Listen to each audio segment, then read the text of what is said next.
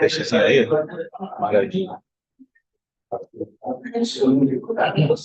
Pessoal, a gente tem o prazer hoje de receber o professor Nailor Vilas Boas, Neylor, desculpa aí, da Faculdade de Arquitetura e Urbanismo, aqui do UFRJ. Ele fez o seu curso de graduação aqui no UFRJ, se formou em 1995, doutor aqui pelo UFRJ também, em História do Urbanismo, ProUrb, FAO, pela UFRJ, em 2007. Ele teve passagem na Universidade Politécnico de Torino, 2019, colaboração com grupos internacionais, Universidade de Rice, nas questões urbanas. Ele é pesquisador do Laboratório de Análise Urbana e Representação Digital, o LAURD, né? Tem na mensagem, no corpo da mensagem que eu enviei, na divulgação, tem lá o Instagram, né? O link do Instagram, que é muito legal, o grupo deles lá, de trabalho. Isso desde o ano de 2000, onde desenvolve estudos sobre interfaces entre a representação gráfica digital e a história urbana, tendo como objetivo última divulgação da educação patrimonial e urbana de Janeiro. Desde 2019, explora as possibilidades interdisciplinares entre a microhistória, a representação gráfica digital e a literatura na reconstrução virtual do Morro do Castelo, né? Fica naquela área bem central do Rio de Janeiro, o bairro da Misericórdia, no Rio de Janeiro. Muito obrigado.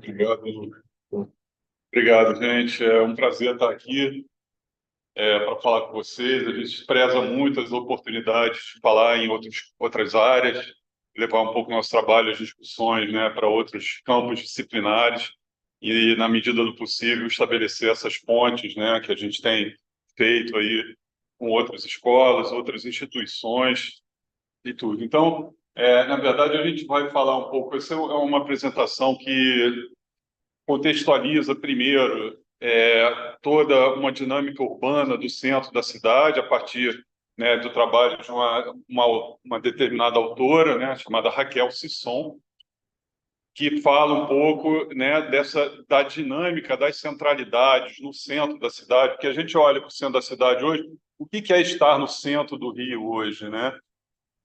O centro do Rio é uma espécie de palimpsesto, né? Uma espécie de colcha de retalhos, né?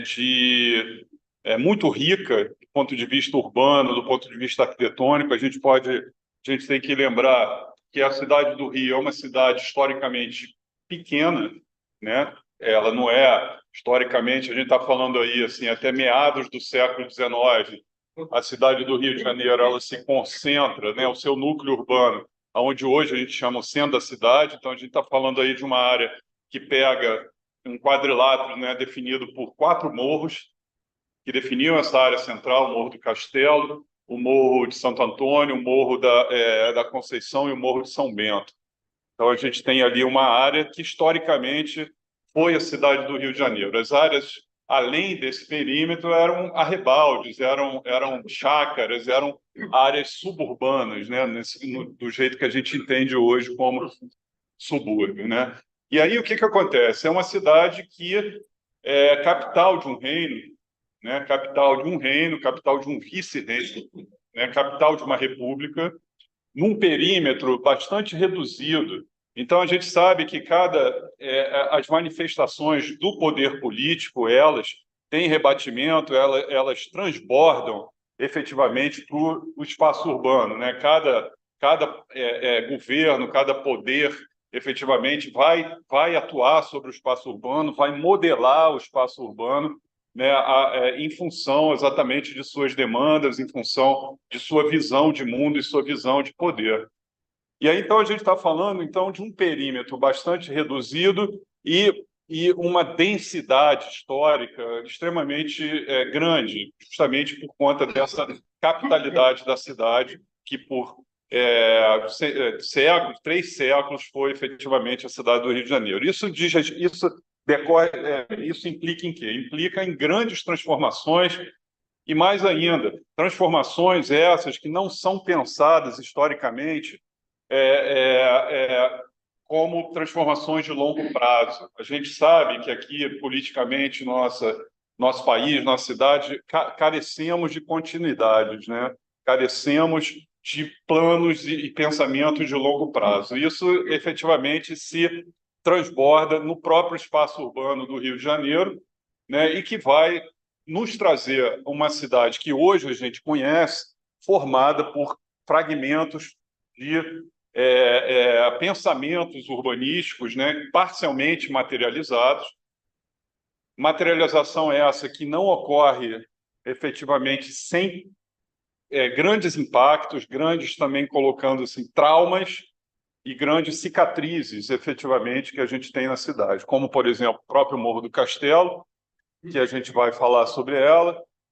Podemos citar, por exemplo, a própria Avenida Presidente Vargas, também uma intervenção bastante significativa feita nos anos 40, a demolição do Morro de Santo Antônio, feita nos anos 50, demolição do Morro do Castelo nos anos 20, depois Aterro do Flamengo nos anos 60, e mais recentemente aí as intervenções que a gente viu aí na década passada, entre outras menores intervenções também. Então, a cidade do Rio de Janeiro é isso, né? Então, nesse sentido, a gente vai olhar um pouco para essa cidade e vamos entender a articulação desses espaços. Isso diz respeito à primeira parte da apresentação, e depois a gente vai falar um pouco das pesquisas, tendo esse substrato, né, de cidade para desenvolver nossas pesquisas, e a gente vai falar um pouco sobre o que fazemos com isso, tá bom? Então, vamos lá. Aí a gente fala da dinâmica das centralidades urbanas na história do Rio de Janeiro. A primeira questão assim, é entender essa categoria de centralidade urbana, que é uma categoria bastante importante para o campo do urbanismo. São definidas as centralidades como espaços urbanos que, de alguma maneira, vão concentrar forças, caminhos, simbolismos, toda uma série de elementos que vão tornar esses espaços, de alguma maneira, significantes para aquela sociedade, né? Então, a gente, olhando para o centro do Rio, a gente consegue identificar, como eu vou colocar aqui, algumas dessas centralidades. Esse é um mapa feito em 1769, tá? Só para a gente situar, essa efetivamente é a cidade do Rio de Janeiro, como a gente está falando. Para a gente só situar nesse ponto aqui, onde hoje é a Praça 15. Aqui é o Morro de Santo Antônio, tá? Aqui é o Morro do Castelo, o Morro da Conceição, esses dois morros existentes ainda, e aqui o Morro de Santo Antônio. Aqui a gente consegue ver o projeto de uma então muralha de proteção da cidade, feita exatamente nesse período pós-invasões francesas, onde depois da Porta Arrombada, né, começaram a se dar conta da necessidade de uma proteção desse meio urbano, né? Só que essa muralha nunca foi efetivamente construída, tá bom? Só para a gente se situar um pouco. Então, aqui, né, exatamente são esses morros que eu estava falando. E aí, esse primeiro morro, o Morro da Conceição, um lugar existente até hoje, né? Acho que não sei se todos conhecem, já subiram lá, um espaço bastante tradicional na cidade do Rio de Janeiro, marca um desses vértices, né? O Morro de São Bento, onde tem aí, entre outras edificações, o próprio Mosteiro de São Bento, com um interior barroco, bastante imponente, bastante importante, né? Não só no âmbito do Rio de Janeiro, né? Mas no âmbito aí mundial também, do barroco português.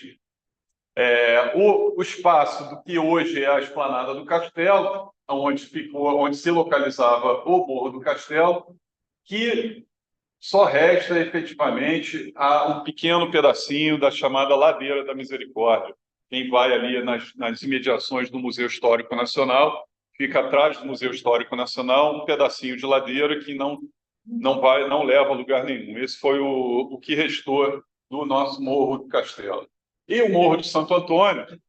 Ele pegava desde o Museu Histórico para ter aquela área de edifício garagem, mais ou menos isso. A ladeira, Morro do Castelo, ele pega ali atrás da Biblioteca Nacional, de um lado, vai até a Santa Casa de Misericórdia, e para o outro lado vai até mais ou menos o edifício garagem, a Rua São José, onde é o edifício garagem. Toda aquela parte ali toda. Bastante grande, assim. Pega onde é hoje todo... Então, aqui era um dos limites, né? Rua México. Então, dessa rua para lá, a gente não tem nada mais antigo do que a década de 30, que foi quando efetivamente começou a ser ocupada essa área, né? E o Morro de Santo Antônio, que nos anos 50 aí também passa por um processo de demolição, tá?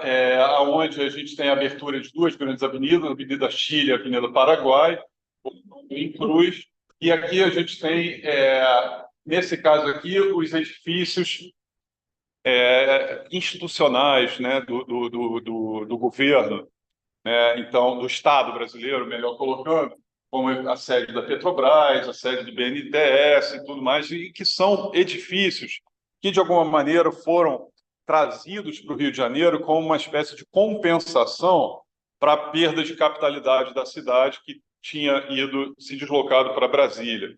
Então, são edifícios que são, de alguma maneira, são a materialização daquela ideia de Brasil grande que, nos anos 70, permeou aí a publicidade estatal, né?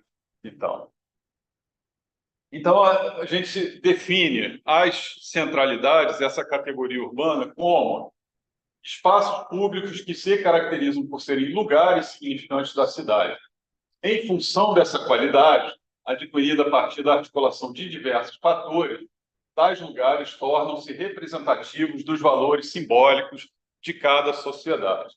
Inscritas no devir urbano, as centralidades também se esvaziam ao longo do tempo, dando lugar a outras que passam a fazer mais sentido para uma determinada época. Tá? Então, um determinado espaço de poder de uma época passa a já não fazer sentido para outra sociedade, para outra época.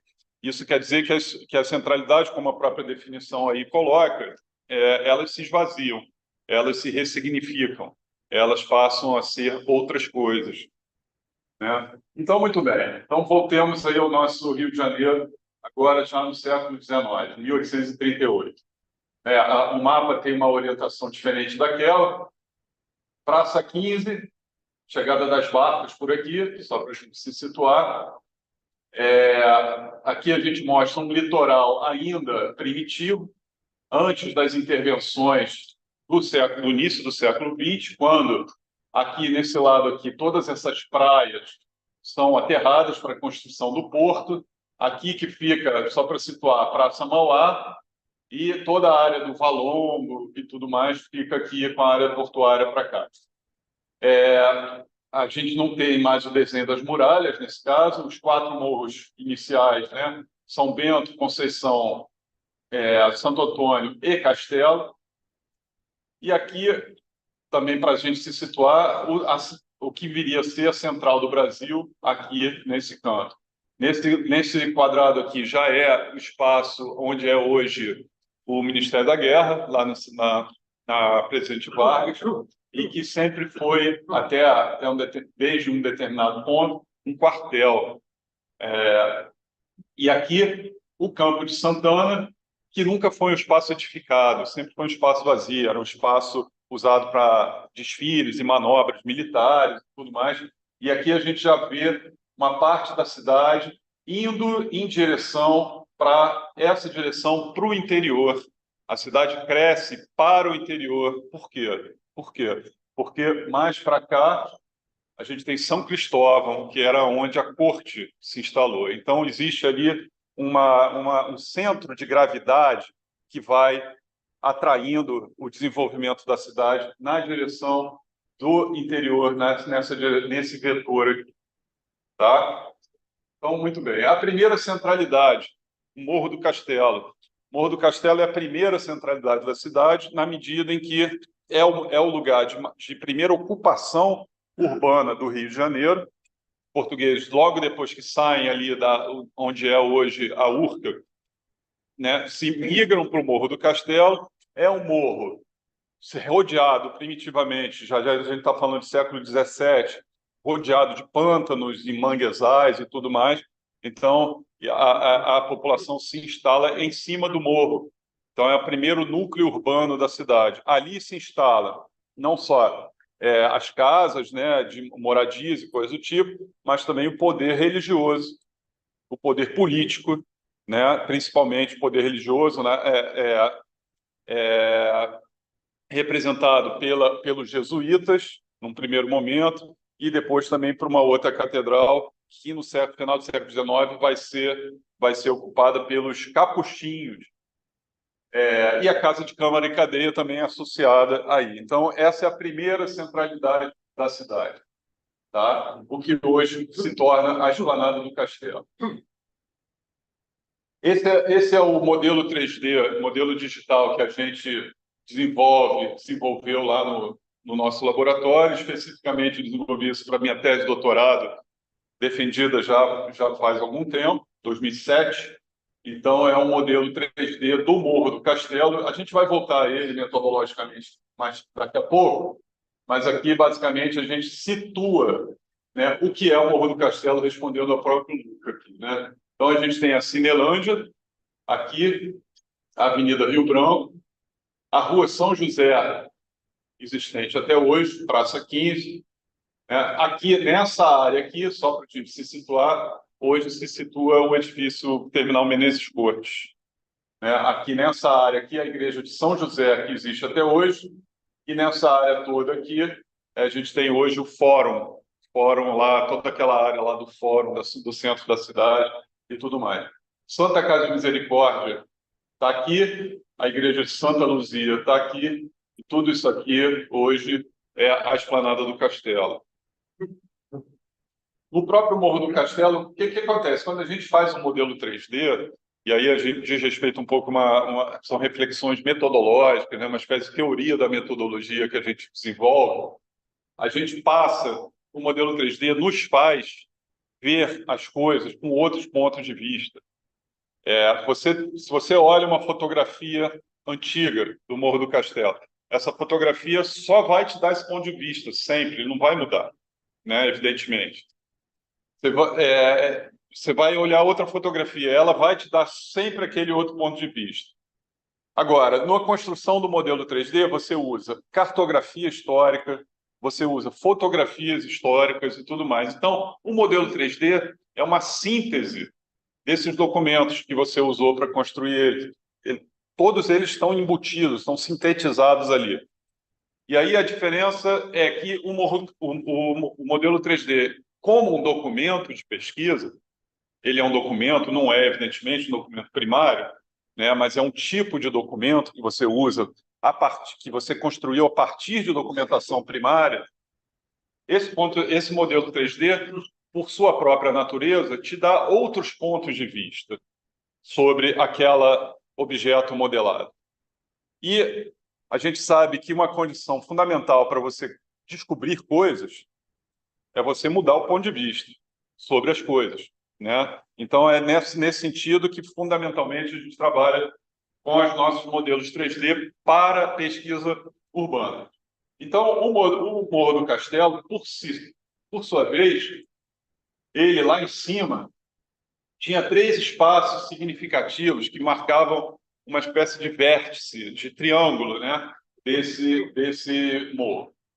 O primeiro é o complexo que a gente chama de complexo jesuíta, que só um parêntese, essa situação modelada é uma situação modelada às vésperas da demolição do morro. Então, a gente trabalha com um recorte temporal da nossa pesquisa, os 10 primeiros, as 2 primeiras décadas do século XX, que são exatamente o momento de intensa transformação da área. Então, eu tenho o complexo jesuíta, que no início do século XX já não era jesuíta há mais de 100 anos, tá? A Igreja de São Sebastião e o Forte do Castelo. A gente tem aí, né, o Forte do Castelo, um desses vértices, está aqui. Então, era na ocasião, assim, imediatamente antes da demolição, já era uma ruína. né? Já era uma ruína, é um forte português construído no século XVIII, justamente, né, naqueles esforços de fortificação da cidade após a invasão francesa, né? Então a gente tinha um portal aqui barroco bonito, uma das lados desse forte aqui, e do outro lado já estava em ruínas. E aí, entrando aqui dentro, aí tinha um espaço livre, uma outra casa, uma caixa d'água do morro e tudo mais.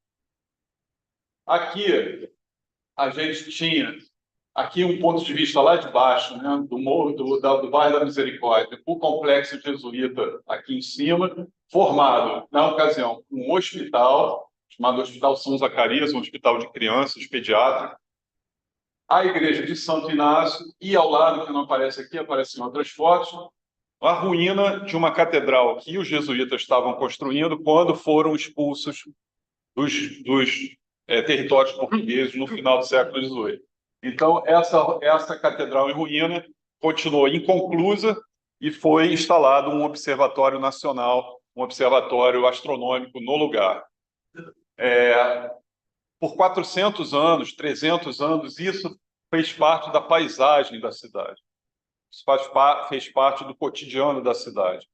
Existia lá no observatório, as pessoas, os caras, né, que trabalhavam lá, hasteavam bandeiras para, por exemplo, marcar, avisar a cidade de chegada de navios, de tempo ruim, tempo bom, chuva, não sei o quê. Existia uma dimensão comunicativa da paisagem, né, digamos assim. Aqui, o Largo do Castelo, que é exatamente esse espaço aqui, marcado pela Igreja de São Sebastião, né? E aqui ao lado tinha um convento, o Convento dos Capuchinhos, e essa praça central aqui é essa praça central aqui, chamada Praça do Castelo, que tinha casas, né, e tudo mais, e uma escola, chamada Escola Carlos Chagas.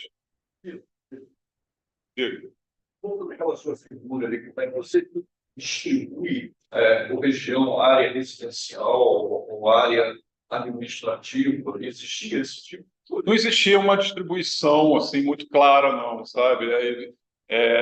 Essa é uma discussão, inclusive, bastante importante, assim, sobre a diferença da cidade portuguesa da cidade espanhola, né? Da cidade espanhola nas Américas, né? Elas entram e são implantadas no território a partir de uma racionalização muito estrita do território.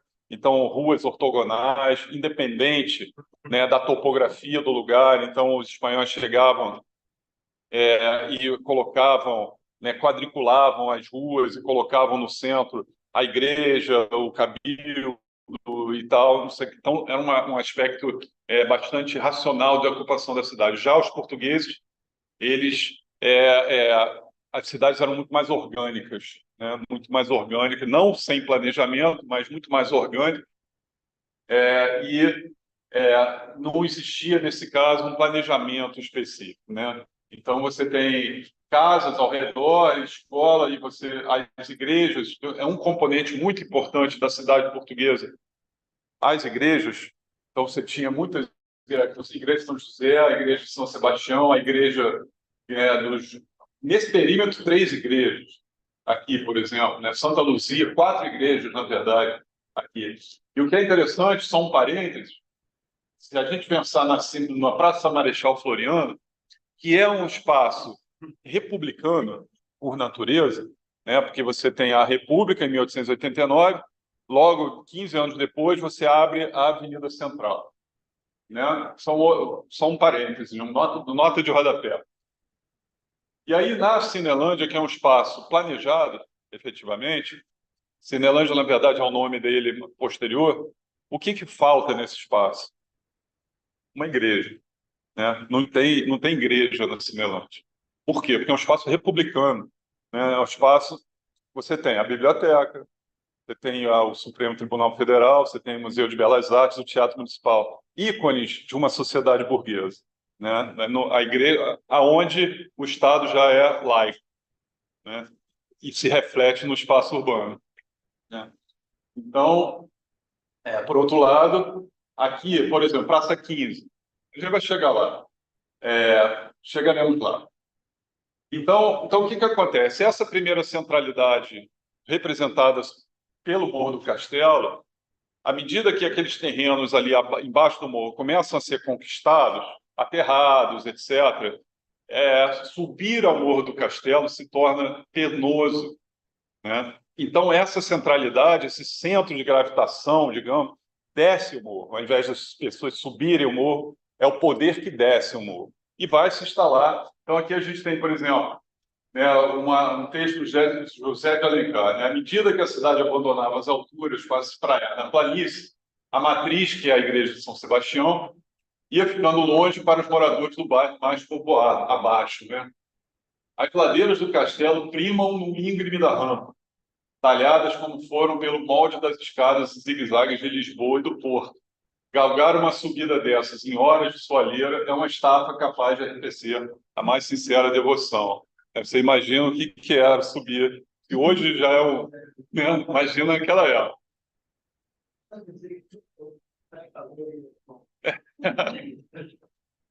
É engraçado que eu vi no outro dia um recorte de jornal, na semana do calor infernal, né? Eu vi um recorte de jornal dos anos 20, falando dos anos 20. Ninguém aguenta mais esse calor, esse inferno, dos anos 20, assim. Só que lá os caras estavam... Eu lembro como é que era, como é que eles se vestiam, né? Devia fazer o quê? Uns 30 graus, né? Muito bem. E aí, bom, com exceção das carolas e das beatas, os fiéis buscavam para os seus atos de devoção algum templo mais próximo. Só iam à matriz, que é essa igreja, nas festas da municipalidade ou para atos paroquiais. A consagração da igreja de São José, aquela lá embaixo, foi a velha sede despojada de sua proeminência política, pois o Senado, por sugestão do governador e empenho dos principais moradores, começou a celebrar as festas do Estado no novo templo e ficava em melhor posição. Então, basicamente, uma questão de acesso ao morro faz com que esse espaço de poder se desloque efetivamente para o Largo do Carmo, o antigo, por favor. Qual era praticamente a altura desses morros que foram desmontados? O Morro do Castelo tinha 60 metros. 60 metros no seu topo maior. Ou no cume, né? Então, estou por volta disso, um pouquinho menos. Não eram morros muito grandes. Bate mais ou menos uma parte onde interseccionava com o edifício Palácio Gustavo Capanema, ali no centro, o edifício do MEC, bate mais ou menos entre o 8º e o 10º andar do prédio. Então a centralidade, e aí que entra o apoio aí da bibliografia chamada Os Três Centros do Rio, de uma autora chamada Raquel Sisson, recentemente falecida. Então, ela fala a partir do Largo do Carmo, mas a gente entende que a primeira centralidade para valer foi no Morro do Castelo. Então, o Largo do Carmo, muito, muito importante pensar que é um espaço que não foi exatamente planejado como a Praça Marechal Floriano foi, né? Ela foi um espaço que foi se constituindo, né, ao longo do tempo, e aí com todas as representações de um poder colonial. Aqui a gente tem, né, originalmente o espaço, a sede do governo, a sede dos vice-reis, que é o Paço Imperial hoje em dia, em duas igrejas, as igrejas do Carmo e a da Nossa Senhora Terceira do Carmo, duas igrejas. A outra igreja do lado, a igreja de São José, aqui é um prédio do final do século XIX, a Câmara dos Deputados, mas que originalmente, antes dele, você tinha casa de Câmara e cadeia no mesmo lugar. Então, era Câmara, aquela coisa, né? Câmara em cima e cadeia embaixo. E aqui o chafariz do Mestre Valentim, que também é um espaço que... O que vem primeiro, né? As pessoas ou o chafariz? Então, é aquela coisa, o chafariz acaba atraindo as pessoas, que acaba atraindo, né, novas confluências e por aí vai. Então, por isso é uma espécie de símbolo, né, dessa própria centralidade. Aqui, uma ilustração antiga, do próprio passo, do próprio Largo do Carmo, originalmente. Reparem o chafariz na beira da água, hoje em dia está bem lá para dentro. E as igrejas, Paço Imperial, lá em cima o Morro do Castelo, o forte com a bandeira aqui, ó, indicando alguma coisa. Aqui. Não sem, é um espaço português, né? Não sem correlações com outros espaços portugueses. No centro da cidade de beira-mar, abre-se na margem da Bahia, a Praça do Palácio. Uma praça muito parecida existe em Luanda com o Palácio dos Governadores. Ambas resultam da imitação do terreiro do Paço de Lisboa, expressão simbólica do urbanismo tradicional da Europa e do domínio marítimo de uma nação. Tá? Muito bem. E aí o que acontece? Vem o Império, né? Vem o Império, a independência do Brasil, etc. A instalação da corte portuguesa na área ali de São Cristóvão, o que efetivamente, como eu falei anteriormente, faz o eixo, o vetor de crescimento da cidade ir em direção à corte, que é efetivamente marca o crescimento da cidade nesse sentido e faz do Campo de Santana o que a gente entende como a centralidade monárquica, a centralidade mais importante da cidade ali ao longo do século XIX. Com, novamente, o poder militar, no caso. Aqui era a Casa da Moeda, onde é hoje o Arquivo Nacional. Do outro lado, o próprio Campo de Santana, objeto de obras paisagísticas em meados do século XIX, se transformou no jardim que é hoje, antes era só um descampado.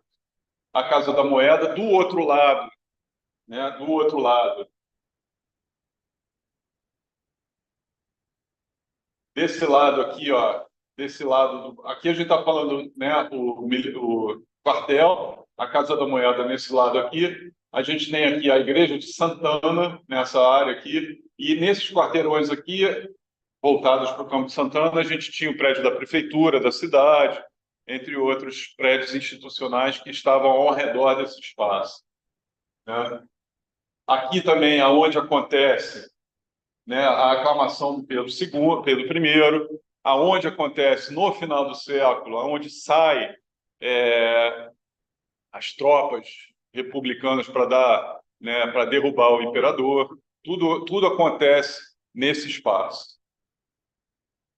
Campo Santana no século XIX, aqui ó, a fachada original do edifício lá do quartel do Exército. É interessante que aqui eles demolem essa fachada original, colocam a fachada atual, né, o prédio atual, que é um prédio Art Deco dos anos 40, mas as laterais e a parte de trás continua ainda o prédio antigo. Quem tiver a oportunidade de olhar, passar por ali, dá uma olhada nisso, porque eles só pegam a parte da frente. Tem carros aí. Hã? Tem carros, né? Carros? São carros. Sim, são. Mas é mais. Final do século XIX, provavelmente. Talvez esteja errado, assim, o início do século XX, virada do século. Aqui o prédio da prefeitura. Tá. A presidente Vargas vem nessa direção aqui. Tem como botar em tela cheia aquilo? Control. Poxa, é sempre bom quando a Érica está aí, né? No Mac também?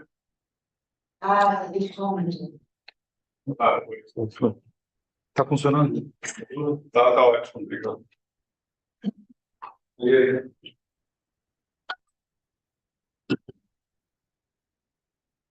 A proclamação da República no Campo de Santana. Muito bem.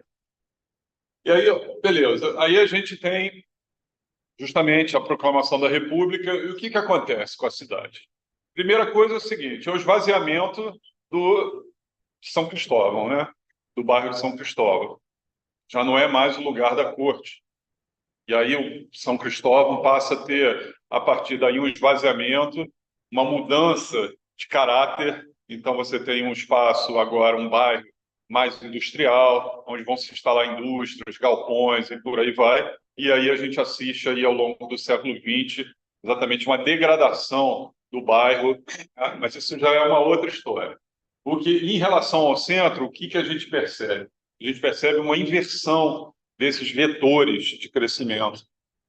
Já a cidade já não cresce mais para aquela região de São Cristóvão.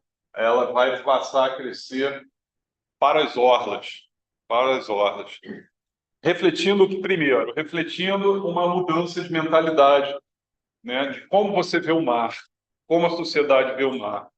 O mar até então era visto principalmente como espaço de despejo de lixo, até hoje, né, de certo modo, mas você tinha esse caráter, esse pensamento lúdico, né, em relação ao mar, de lazer, não existia. Isso também é historicamente construído.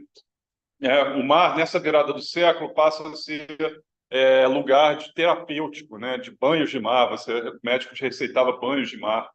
Aí você entrava com aquela roupa louca dentro do mar, né, e tudo. Então, a gente tem aqui, primeiro, aí a gente entra no início do século XX, a gente tem um prefeito, famoso prefeito Pereira Passos, não sei se já ouviram falar nele, e muito conhecido pela abertura da Avenida Central, porém, ele atua em vários outros lugares da cidade, principalmente no caso do centro da cidade, ele atua no aterramento de toda essa área, então, várias praias enseadas e sacos, né? Tanto que se chama saco da Gamboa, né? Era uma área enseada e tudo mais, são aterrados para a construção do porto. É muito interessante olhar para a cidade, depois a gente vai olhar isso aqui, fica muito nítido no tecido urbano, essa antiga orla, a ocupação dos lotes e tudo mais da cidade, a própria abertura da Avenida Central, que é uma espécie de cereja do bolo do Pereira Passos, né, que é a vitrine, né, guardando as devidas proporções, é o que foi para a nossa época a abertura do Boulevard Olímpico, né? É um momento onde se intervém na cidade e constrói uma espécie de imagem de cidade para ser vendida para o exterior como uma imagem de modernidade, né? Do jeito que a gente fez na década passada.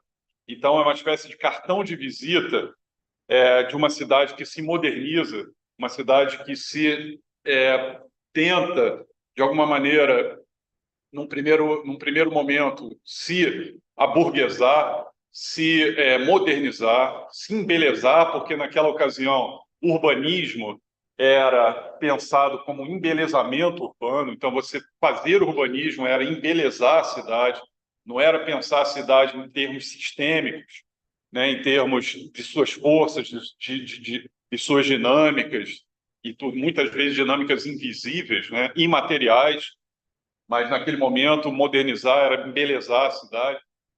E também, para essa direção aqui, a gente tem a construção da Avenida Beira-Mar, que vai levar a cidade em direção a Botafogo, Flamengo, Glória, Flamengo, Botafogo.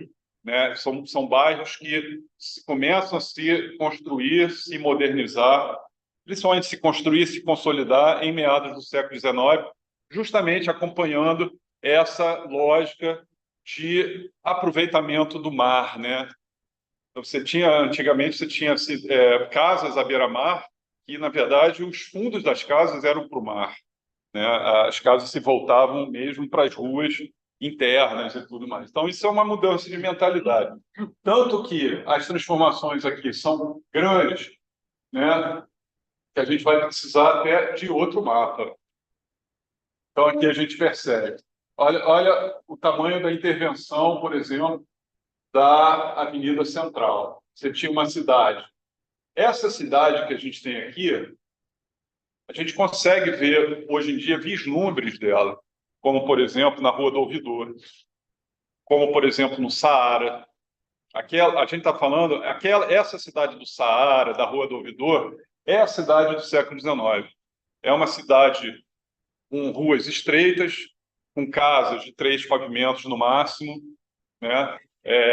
Essa é a cidade compacta, muito adensada, tem aqui. E aí, o que o Pereira Passos faz? Ele rasga uma avenida, que é a Avenida Central, rasgando os quarteirões, né, compactos que tinham ali, rasga mesmo, demole geral, né, e vai fazer efetivamente não só toda a orla aqui do morro, do porto, como também a Avenida Beira-Mar para cá. Reparem que nessa ocasião, um primeiro pedaço do Morro do Castelo é demolido aqui, né?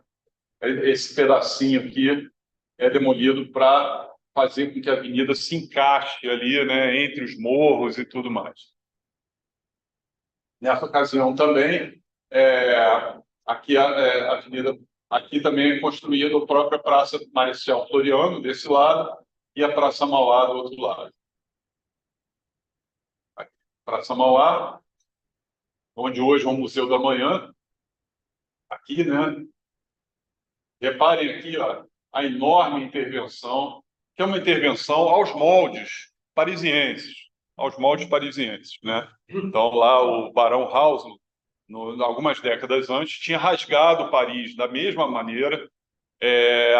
Não é exclusivo do Brasil ter feito o mesmo modelo. Isso, na verdade, essa ideia de rasgar as grandes avenidas é um modelo de urbanismo que foi, de algum modo, exportado para todos. Há um tempo atrás, eu estive em Coimbra, e em Coimbra existe uma avenida haussmanniana, em Coimbra, guardadas as devidas proporções da cidade, isso aqui, tinha uma avenida lá.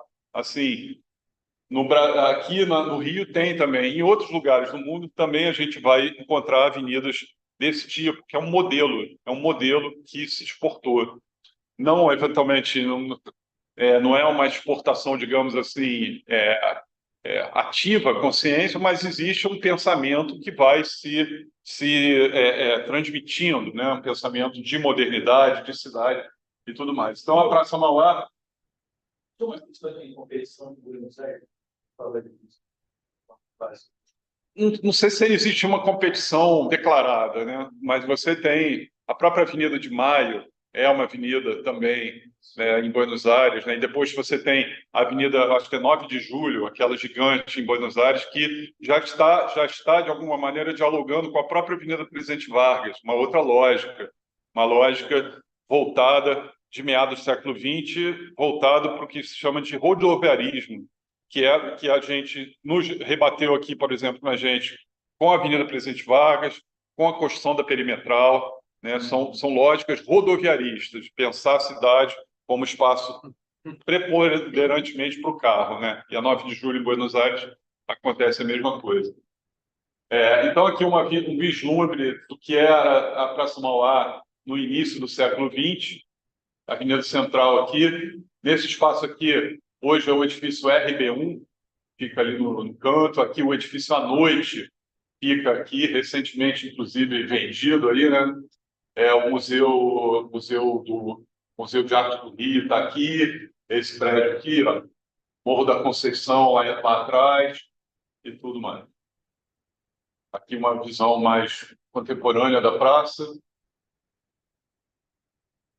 A própria Avenida Central, essa imagem aqui aérea é muito interessante, que mostra o tamanho. É outra escala de cidade, sabe? É outra escala de cidade que se inaugura nesse momento. Não só pela largura da via, mas também pela altura dos edifícios. É outra escala completamente diferente. Então, a gente repara que como que secciona violentamente a cidade. Aqui, né, o famoso Palácio Monroe, a biblioteca, o Museu de Belas Artes para cá, toda essa área aqui, ó, Morro do Castelo, aqui hoje onde é a Rua 1º de Março, nessa área aqui, Praça 15 para cá, aqui o Museu Histórico Nacional. Então, hoje em dia, tudo isso aqui está aterrado, né, para cá. E aqui para a área lá, para direção à Glória e tudo mais. Repare que aqui a Avenida Beira-Mar já com o litoral todo retificado direitinho.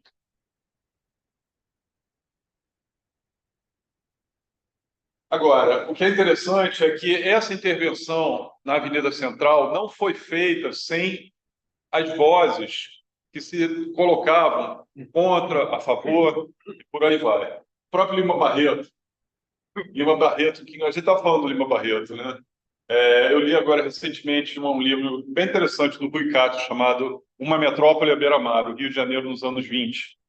Fala exatamente dessa chegada dessa modernidade, né? Porque eu acho que depois desse livro fiquei claro assim que nós, de alguma maneira, nós estamos ligados a esses anos 20, a essa modernidade do anos 20, sabe?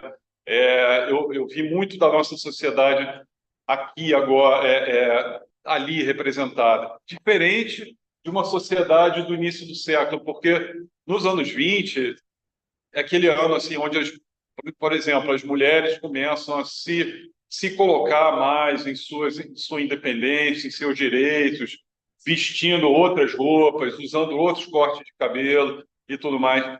Aquele anos 20, aquela garota, a melindrosa, né, dos anos 20, é filha de, dessas mulheres que andavam com aqueles chapelões, com aqueles vestidos enormes, com milhares de camadas, não sei o quê. Existe uma ruptura, sabe, estética, uma ruptura, no mínimo estética, uma ruptura de mentalidade entre uma geração e outra, similar, por exemplo, a que houve ali nos anos 50 para os anos 60 também. Existe um corte, uma ruptura. E aí a gente, de alguma maneira, a gente nasce ali nos anos 20, sabe? Nós, nossa sociedade, nascemos ali. E aí, falando isso, porque o Rui Castro fala que o Lima Barreto era um cara super amargo, sabe? Um cara que reclamava de tudo, um cara que não gostava de ninguém, e por aí vai. É bem interessante. Ele fala, na ocasião, como isso mudou. Então, de uns tempos para cá, parece que essa gente está doida. Botam abaixo, derrubam casas, levantam outros, tapam umas ruas, abrem outras, estão doidos. Por esse intricado labirinto de ruas e bibocas é que vive uma grande parte da população da cidade, e cuja existência o governo fecha os olhos, embora lhe cobre impostos, empregados em obras inúteis e suntuárias de outros pontos do Rio de Janeiro. Ele podia até ser amargo, mas ele fala coisas importantes, né? Por outro lado, olha o que fala nosso querido Olavo Bilac.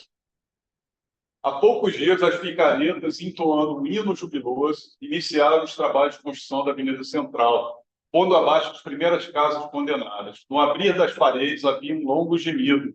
Era o gemido do passado, do atraso, do opróbrio. Mas o hino claro das picaretas abafava esse protesto imponente. Com que alegria cantavam elas, as picaretas regeneradoras. Num dos últimos domingos, vi passar pela Avenida Central um carroção atulhado de romeiros da Penha. Naquele bulevar esplêndido, o encontro do velho veículo me deu a impressão de um monstruoso anacronismo. Era a ressurreição da barbárie vindo perturbar e envergonhar a vida da cidade civilizada. Então, assim, que falar diante disso, sabe?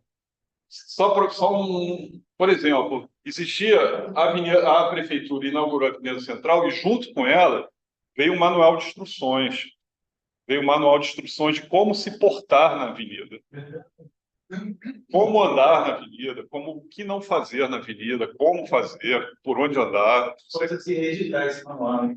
Pois é.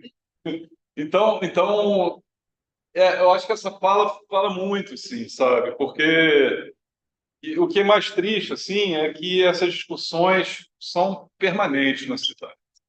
A gente vê, por exemplo, né, as vozes que se levantavam, por exemplo, obras de Boulevard Olímpico para quem, né? Quem que vai usar? Ou seja, o que está posto aí, claramente, é a questão de um uso democrático do espaço, que é uma agenda que hoje em dia está mais do que atual, entende? Né? A cidade é para quem, sabe? Me lembra, por exemplo, aqueles famosos rolezinhos nos shopping centers, né? Que por aí vai. Então, isso está claro, as vozes do Lima Barreto e do Olavo Bilac, e mais ainda, eu te dar a palavra, mais ainda, isso ilustra, inclusive, como as cidades efetivamente são construídas a partir de um jogo de forças, né? É um embate. A cidade se constrói, a cidade é um campo de forças, né? um campo de embate, de lutas políticas que vão construindo efetivamente a cidade. Muitas vezes, numa direção top-down, e muitas vezes, mais recentemente, a gente vê forças bottom-up, né, aparecendo, efetivamente mudando os rumos da cidade, né, e por aí vai. Mas é isso, né? A cidade é um campo de lutas. Só para confirmar uma informação, foi mais ou menos nessa época quando teve um projeto de higienização da cidade também, né? Vem junto, vem tudo. Da Barataqueira, onde ele destruiu todos os cortiços que tinha de concentrado, no cabeça do povo. Exato, exato. Então, isso não é um ato isolado, né? Isso diz respeito a essa maneira de uma tentativa de modernizar a cidade a partir dos valores do início do século XX. Então, modernizar a cidade, o que é modernizar a cidade? É você ter uma avenida parisiense na cidade. Você ter uma avenida onde não entra Romero da Penha. Isso é... Agora, da fachada, o que é mais interessante é isso aqui, né? Da fachada para trás, a cidade continuava antiga. A cidade continuava do jeito que ela sempre foi, né? Tanto que a avenida já nasce frágil, porque nenhum prédio sobrevive a mais de uma geração. Esses prédios são trocados, são demolidos. Hoje em dia, lá a gente tem, tirando os prédios institucionais, você tem acho que 1 ou 2 exemplares originais da avenida. Todo o resto foram substituídos. Porque é frágil, porque houve concurso de fachadas, sabe? Não é frágil, é uma intervenção frágil nesse sentido. Tem probabilidade nessa época, né? Não. Então a gente tem aqui, ó, cenas, né? Então, por exemplo, essa mulher aqui, ó, por exemplo. Essa mulher é mãe de uma melindrosa. A filha dela nunca vai usar essa roupa. Ela já está usando, né? Já está usando o cabelinho curtinho, raspadinho, né? É muito interessante. Muito bem. Aí a Praça Marechal Floriano, fotos contemporâneos, né? Então a gente tem aí, como eu falei, os ícones do poder de uma sociedade burguesa, Teatro Municipal, inclusive construído aos moldes da Ópera de Paris.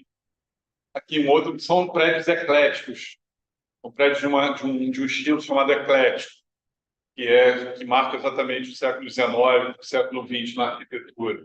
Que também, efetivamente, são estilos que já estavam, de alguma maneira, exauridos, do ponto de vista da composição arquitetônica e tudo mais. Uma fotografia lá na ocasião, né, na época. Muito bonito, né? Certamente muito bonito. E o Morro do Castelo atrás.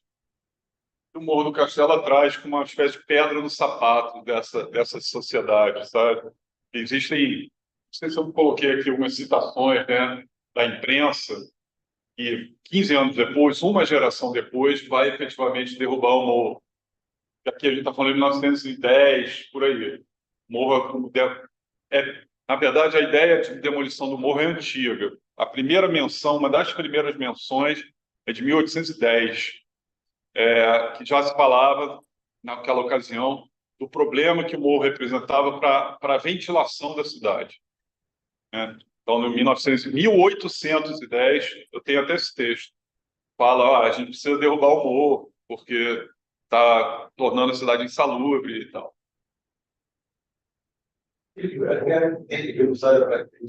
Sim, vou mostrar ali para vocês. Então, aqui, né, o Teatro Municipal. Aqui é um trechinho, onde é hoje o edifício Cordão da Bola Preta, um trechinho da cidade original. Olha a escala. A escala é outra. E aqui o chamado Quarteirão Serrador, que tem uma história à parte aí de um empresário chamado Francisco Serrador, que compra essa área e constrói esses prédios aos moldes de Manhattan, trazendo aí uma outra lógica de ocupação do centro da cidade, né? Que é as chamadas ruas corredores e tudo mais. Quando já era Cinelândia, aqui Aqui hoje é onde é o Odeon, aqui atrás do bonde, o Palácio Monroe, e aqui os cinemas, né, e tal. Muito bem. Aí o que acontece? Aí, só levando, né, o Porto e a Avenida Beira-Mar, como eu já comentei com vocês. E aí, uma geração depois, aí a gente está falando aí da década de 20, avança-se sobre o Morro do Castelo finalmente. É um prefeito chamado Carlos Sampaio, né, que engenheiro, que desde o final do século XIX já está tentando demolir o morro. Ele faz petições, pedidos, não sei o quê, para a prefeitura, para ter a exclusividade da obra, até eventualmente ganha, mas não tem recursos para fazer a obra e tudo mais. Ele se torna prefeito, não sei exatamente o ano, início da década de 20, com a principal bandeira demolir o morro e construir a exposição do centenário. Eram duas coisas que estavam na agenda dele ali, né, da cidade. E aí avança-se essa centralidade chamada centralidade republicana, que é a Praça Marechal Floriano. Lembrando, né, a gente tinha a centralidade original, a centralidade colonial na Praça 15, a centralidade monárquica e depois a inversão dos vetores de crescimento constitui a centralidade republicana ali na área da Cinelândia. E aí, uma geração depois, avança-se sobre o Morro do Castelo. E aí a gente tem, novamente, grandes embates na imprensa, nas esferas de governo também, grandes embates sobre demole-se ou não esse morro. E a imprensa foi muito virulenta, muito virulenta, né? Condenando o morro, condenando as pessoas que moravam no morro, condenando o próprio morro, né, com campanhas maciças, né, como nesse nível aqui. Ó, o Rio é a cidade mais paradoxal. A 50 metros do Teatro Luiz Canto Municipal, a 20 metros do Palácio das Belas Artes, a 15 metros da grandiosa Biblioteca do Supremo Tribunal de Justiça, pode-se ver cabras pastando na encosta do Morro do Castelo. Então, era uma favela? Não, não era uma favela. Era um lugar mais empobrecido. Não existia ainda favela na cidade. Então, era um lugar mais empobrecido, de fato, meio que esquecido pelo investimento público, né? Casas bastante deterioradas, uma população pobre, pequenos comerciantes, pequenos funcionários públicos, enfim, pessoas que trabalhavam no mercado ali embaixo, né? Eram essas religiosos. Tinha também gente ligada a religiões a religiões africanas e tudo mais. Em pesquisas que a gente fez, não identificamos muitos, depois chegaremos lá, não identificamos uma população negra significativa, eram mais ligadas a imigrantes italianos, portugueses e por aí vai, né? E moradores de aluguel, de uma maneira geral, né? Casas cômodos, cortiços e coisas do tipo. Por outro lado, o Jornal do Brasil já se coloca contra a demolição. Higiene, aeração, ruptura total com tudo que lembra o colonizador português são as desculpas mais comuns daqueles que querem ver o Rio perder o início da própria história. As máquinas prometem destruir tudo até o ano que vem, deixando 4.200 pessoas sem lar. Então é isso. Assim, a população, a prefeitura entra, dane-se quem mora lá, se vira. Construíram-se uns galpões, uns alojamentos na Praça da Bandeira para esse pessoal, mas ninguém praticamente usou esses alojamentos e o pessoal se dispersou pela cidade. A gente tem relatos, por exemplo, de gente morando lá enquanto o morro já estava sendo demolido, assim, sabe? Já estava o pessoal morando lá. Diga. Esses galpões foram construídos, mas não um conceito de moradia. A gente está falando de um tempo ainda onde você não tinha ainda muito essa noção, essa ideia. A gente não tinha ainda uma noção de proteção do patrimônio histórico. A gente está falando aí de 10 anos antes da criação do primitivo IFAM, que é o ISFAM, né? A Superintendência do Patrimônio Histórico Artístico Nacional, que é feito nos anos 30. Moradia social. Não tinha essa ideia. Galpão. Galpões, eu não tenho registro, acho que não tem registro desses galpões, só tem relatos, né, e tudo. E fizeram coisas um pouco precárias que ninguém meio que ficou assim, tá? Nessa época, eles indenizavam as pessoas. Não, indenizavam eventualmente os proprietários, não os inquilinos. Bom, e aí o Lúcio Costa, né, quando coloca demolição feita com desamor e sem os cuidados que, no caso, se impunham. Então, repara aqui, né? O próprio colégio dos jesuítas, a igreja de Santo Inácio, indo abaixo. E repara, as fotos são muito duras, né? Aqui. Essa foto aqui é muito boa. O que a gente vê aqui? Aparentemente, a gente está vendo aí um emaranhado de informação do preto e branco. Vamos tentar decodificar para você. Santa Casa de Misericórdia, facilmente identificada, né? O Museu Histórico Nacional. Aqui a gente sai do túnel Marcelo de Alencar, quem vai em direção à Zona Sul está saindo aqui, entrando na pista expressa e dando a volta mais ou menos para cá, assim, né, em direção ao Aterro do Flamengo. Aqui o que a gente está vendo também? A gente está vendo uma linha do enroncamento, do primeiro enroncamento, e essas coisas aqui são as mangueiras hidráulicas com a terra do Morro do Castelo indo em direção ao mar para aterrar essa área.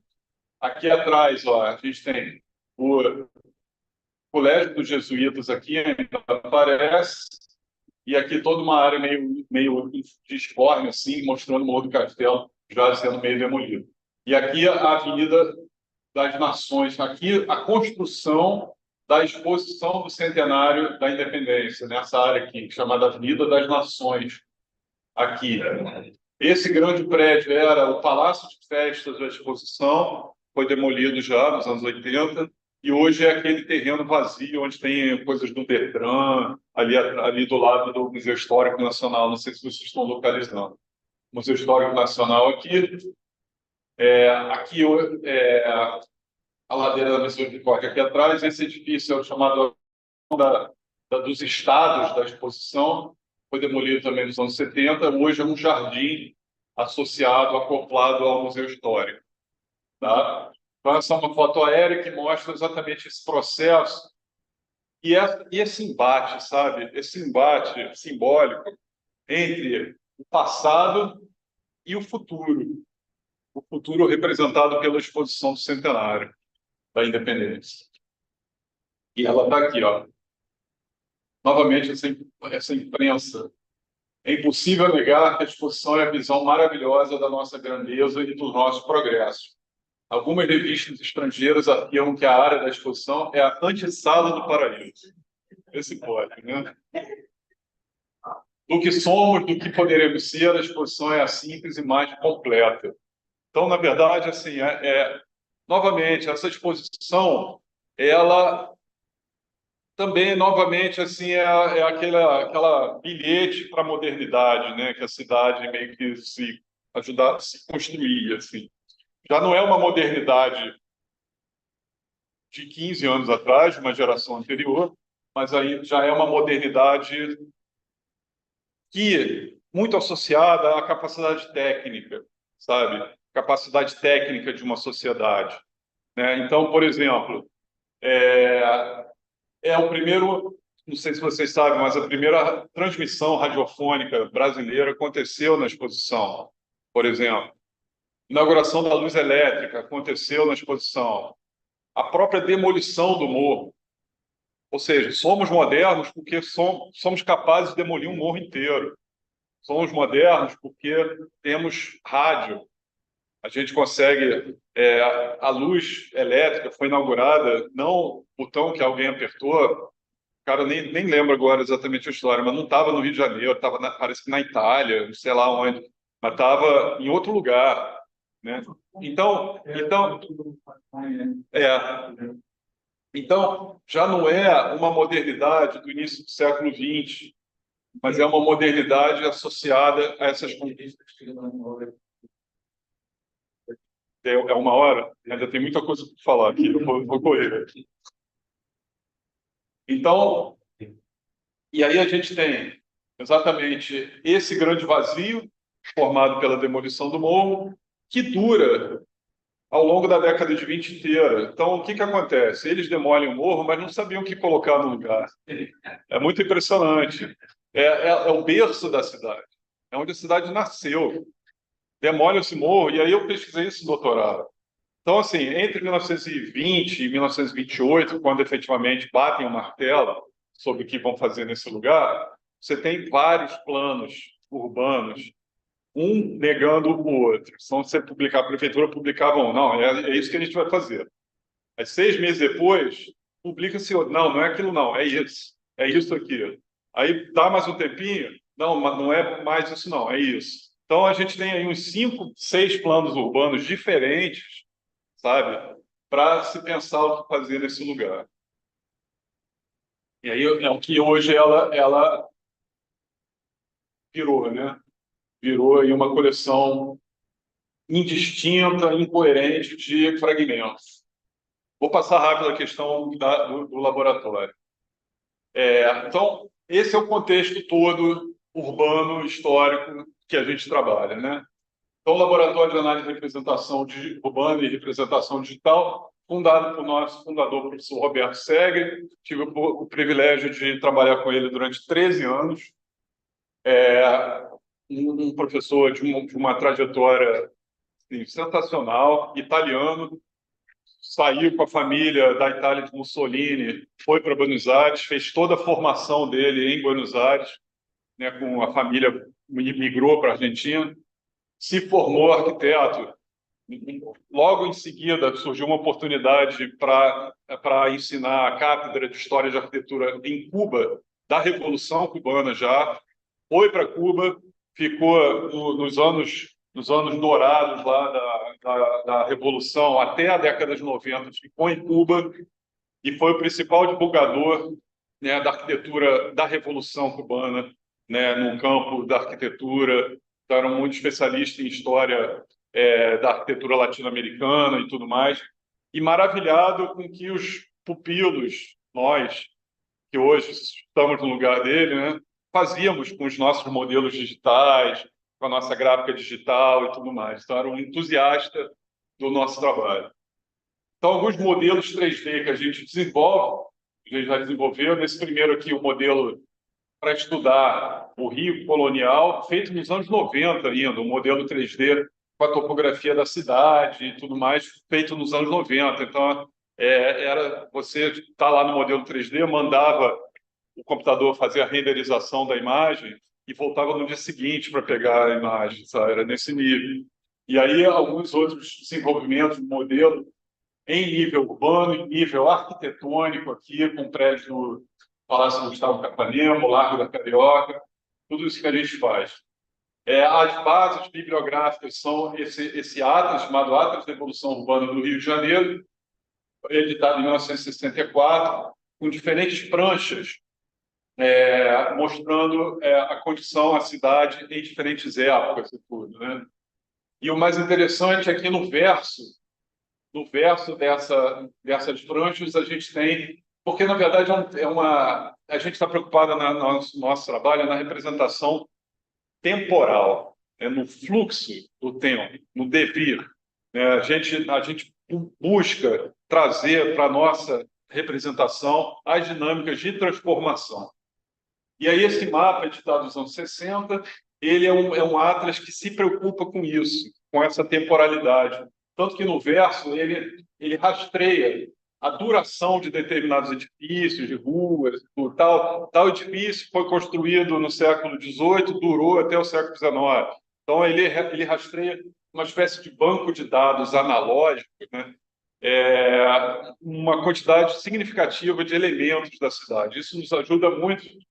E aí, com isso, a gente tridimensionalizou essas bases urbanas, e aí a gente consegue fazer. São mais bases, eu coloquei aqui algumas só para a gente mostrar que só simplesmente com a sobreposição de imagens a gente já consegue, de uma maneira muito elementar, já representar uma passagem de tempo aí, né, significativa.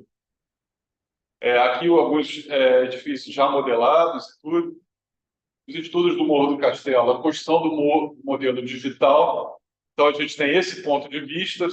Esse modelo é uma revisão posterior a esse. Reparem que toda né, as cores e tudo mais aqui já muda. Então, aqui é o Morro do Castelo, né? Aqui uma ilustração só, né, uma brincadeira gráfica mostrando o morro saindo do próprio documento original que a gente trabalha. É uma planta de 1920 que mostra com detalhes a topografia do morro, né, as construções que existiam lá em cima, o número dos lotes. Isso é uma chave muito importante, né, ter o número dos lotes, que a gente consegue situar as coisas nos seus lugares. Bases documentais, fotografias, elementos que são muito importantes. Aqui, novamente, os fundos da Biblioteca Nacional, os fundos do Museu de Belas Artes e o Teatro Municipal aqui. Então, para cada elemento, a gente vai fazendo esse cotejamento de fontes. O espaço do desenho é muito importante para o arquiteto. É aqui, no croquis, no desenho à mão livre, que é uma espécie de espaço de pensamento, onde os documentos vão sendo, né, codificados, simplificados, como condição para ir para o modelo 3D. Né? Aqui o próprio morro, novamente. Cada casinha dessa foi feita com o cotejamento dessa documentação. Cada casinha dessa é referenciada na documentação. Alguns detalhamentos posteriores, feitos já pelos alunos. Aqui a gente tem detalhado, está desenvolvendo esse espaço, que é o Largo do Castelo. Ele já está modelado. E também a gente já começa a fazer umas experimentações no próprio metaverso, que a gente chama de metaverso. Na verdade, a gente está desenvolvendo uma plataforma chamada Arquiverso, que é basicamente uma sala, um espaço didático, virtual, onde você vai conseguir, junto com uma turma, dar uma aula de história da cidade no lugar, dentro do lugar, mostrando as transformações e tudo mais. Esses dias eu até mandei para meus alunos, eu vi uma reportagem com alguns pesquisadores, alguém falando assim, como será o mundo em 2100? Aí eles falando lá assim, em 2100 a gente vai ter salas de aula virtuais, onde você vai ver a passagem do tempo, onde você vai entrar com seus alunos dentro dos lugares. Aí eu mandei para meus alunos, olha, nem vamos precisar esperar 100 anos, a gente já está construindo isso agora. Como, por exemplo, essa imagem a gente consegue ver. Olha. Isso aqui, muito experimental ainda. É uma visita virtual que eu e mais 3 alunos fizemos dentro do Largo do Castelo, em realidade virtual. Eu estava na minha casa, esses 2 estavam em Belém do Pará, e esse aqui estava também aqui no Rio de Janeiro. Nós 4 entramos nesse lugar e visitamos, entendemos. É muito impressionante, sabe? É muito impressionante. Porque você pode passar a vida inteira olhando essas fotografias. Pode passar a vida inteira. Mas só ali dentro você percebe o tamanho dessa igreja, efetivamente. Sabe? Você tem... A gente, para o campo da arquitetura, essas tecnologias, elas abrem uma possibilidade, sabe, de entendimento das coisas, dos espaços e tudo mais, que não tem precedentes do ponto de vista da representação gráfica. Né? A própria demolição, também a gente fez um estudo O que é interessante aqui é que as fotos do Augusto Malta, elas têm 15 anos, então a gente recolheu, pesquisou uma série de fotografias, conseguimos, a partir delas, traçar o caminho da demolição também. Então, a gente consegue reproduzir isso em modelo 3D. Né? Então, a gente vê que a demolição tomou uma determinada direção. Está na hora já?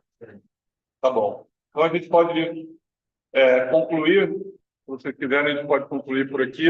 Rapidinho, a gente faz um mapeamento social também, ilustrando o número dos lotes, com documentação primária, que são ocorrências policiais do século de 1920. Então, essas ocorrências policiais são muito importantes, são muito interessantes para a gente, que ela lista, né, ela identifica pessoas e, principalmente, identifica endereços. Então, a gente tem pessoas, profissões, etnias, idades e endereços. A gente faz um banco de dados, identifica, né, por enquanto, assim, por volta de quase 500 moradores do Morro do Castelo identificados nessa documentação. Algumas tabulações iniciais sobre profissões do morro. Essa curva, essa aqui está fora da curva, porque a documentação fala do trabalhador, genericamente. Mas é interessante, tem um aqui chamado, tem um capitalista. Capitalista. Aí tem alfaiate, comerciante, uma série de outros. Isso aqui a gente está fazendo uma revisão desse banco de dados para justamente tirar essas distorções. Né? O mapeamento inicial em geoprocessamento, em GIS, né? em QGIS, de pessoas que moram nos mesmos endereços. Então, a gente já começa a vislumbrar aqui no mapa, por exemplo, em determinadas casas tinham muita gente morando, por exemplo, né? O que é interessante é a etnia, árabe, argentina, brasileira, espanhola, italiano, português. E a gente também começa só para concluir, a gente começa a brincar um pouco, né? Porque, na verdade, quando a gente trabalha com documentação primária, elas têm limites, essas documentações. A gente só consegue ir até um certo lugar. E aí o que é interessante é que nesse limite entre o que a gente consegue e o que está após, é que entra a imaginação, entra a interpretação, entra exatamente o que não é comprovado, né, mas o que é imaginado e tudo. Então, vamos, por exemplo, nessa ocorrência. Dona Maria da Silveira Furtado, moradora da Praça do Castelo 26, reclamou que um mês atrás alguém roubou seus livros no valor de R$400 mil. Ela suspeita de Manuel Martins, que já está na cadeia. Praça do Castelo 26, está identificada no mapa. Sabemos onde é. E aí tem uma foto do Malta, 2 anos antes, que mostra exatamente esse canto da praça e mostra a casa, número 26, está aqui. Ó. Se a gente olhar ali com atenção, vamos olhar na porta. Será que é a Dona Maria da Silveira Furtado? Pode ser, né? Mas pode não ser também. Já estamos no limite da imaginação, já estamos num outro âmbito. Não é no âmbito documental, mas estamos no âmbito. E o que a gente tem feito? Com os meus alunos, a gente tem trabalhado com histórias em quadrinhos, com outras estratégias para levar essa história para o âmbito da educação patrimonial. Então, posso concluir por aqui, dado a adiantada da hora. E é isso, gente. Obrigado.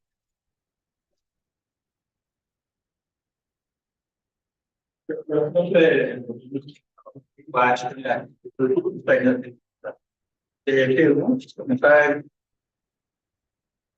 Eu tenho uma moeda lá do Castelo. Imaginando como é que a mídia falar pode ser reclamada no futuro.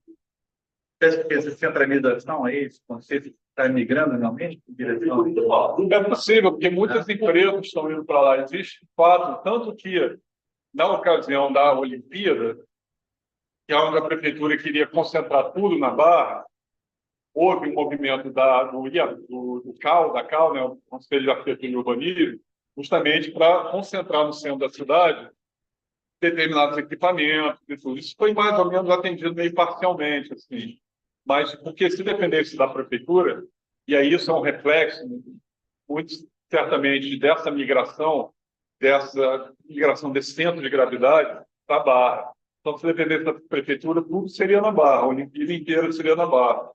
Então, na verdade, existe um esvaziamento muito violento do centro, hoje em dia, mas existe uma oportunidade, né?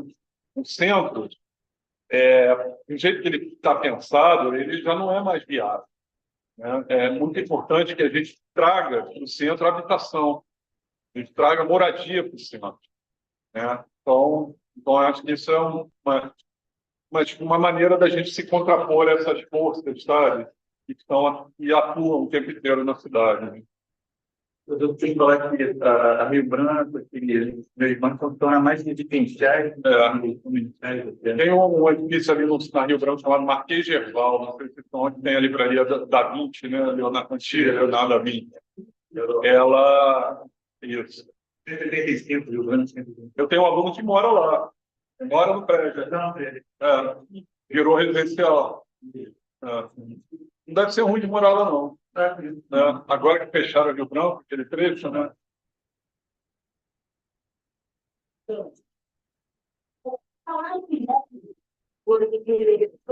Poderia mudar. Sim. E ele era uma menina, não.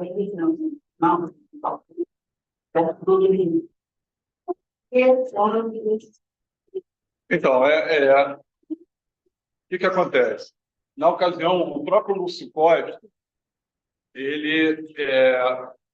a gente meio que discuta essa história, né, que foi quase um problema pessoal do Lúcio Costa com o edifício. Porque o edifício, ele era ligado a uma linguagem, a linguagem eclética, e era tido como uma linguagem menor, sabe? Uma linguagem arquitetônica sem valor. Então, existiu assim o pretexto de que o edifício precisava ser demolido porque atrapalhava os trilhos do metrô passando, né? Só que a gente tem fotos mostrando o trilho do metrô passando ao lado, o buraco do metrô passando ao lado. Então, ele desviou efetivamente do edifício. Então, foi quase uma espécie de uma cruzada pessoal contra o que o edifício representava, do ponto de vista de uma linguagem arquitetônica, né? E aí ele foi demolido por conta disso. Existe alguma razão pela qual todos os setores do morro não foram demolidos? O fato de que estão dentro não faz sentido para que houve a oração da igreja. Né? Não, mas no Castelo também tinha igreja, no Santo Antônio também tinha igreja. Porque, na verdade, assim, eles estavam no outro extremo. Do ponto de vista de um crescimento da cidade, não fazia sentido ir ali atrás daquele morro. E provavelmente também, aí eu só estou especulando, a geologia daquele morro é diferente, é rocha. O Morro do Castelo não é rocha, não era rocha, era terra. Acho que os franciscanos de Santo Antônio são uma boa relação com a monarquia também. Tanto que no Morro de Santo Antônio demoliu uma parte, mas aquela parte ali do convento de Santo Antônio não foi demolida. Né? Ainda bem, né?